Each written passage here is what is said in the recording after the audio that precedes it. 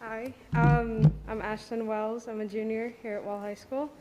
So, for a while now, I've been pondering the question on why discrimination still exists in today's world.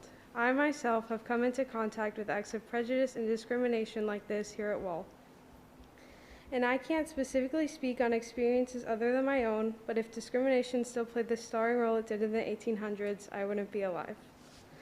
It being Black History Month and all, I just felt obligated to say that we can all do better. I'm sure that everyone in the room is well aware that a lot is going on in the town, but this is also an issue that shouldn't be overlooked.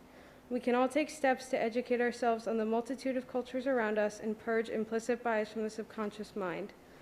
The amount of derogatory jokes I've heard and had made to me, the amount of times I've heard people who have no right to the term say the N-word, and most personally, the amount of times I've let people touch my hair, effectively treating me like an object for amusement.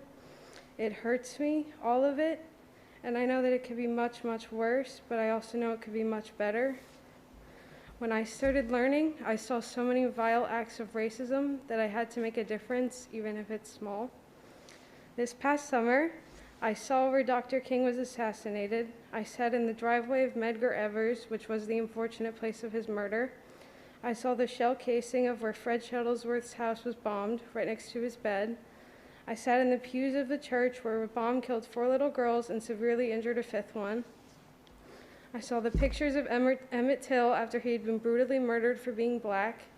I listened to the story of how James Chaney, Andrew Goodman, and Mickey Schwerner were murdered because they were registering Black voters during Freedom Summer. I walked the Edmund Pettus Bridge where on Bloody Sunday, Black demonstrators were trampled with horses, clubbed over their heads, sprayed with tear gas, and beaten in some cases within an inch of their lives. All of this happened in the 50s and 60s, which was not long ago by any standards, so who's to say that it won't happen again or that it ever stopped? Education can go so far, and I urge you with every fiber of my being, read a book, watch a movie, even talk about it, because trust me, it changes everything. And if you're telling yourself that that's not you and you aren't a part of the problem, if you don't know the difference between a person of color and a colored person, I suggest you start learning. Thank you.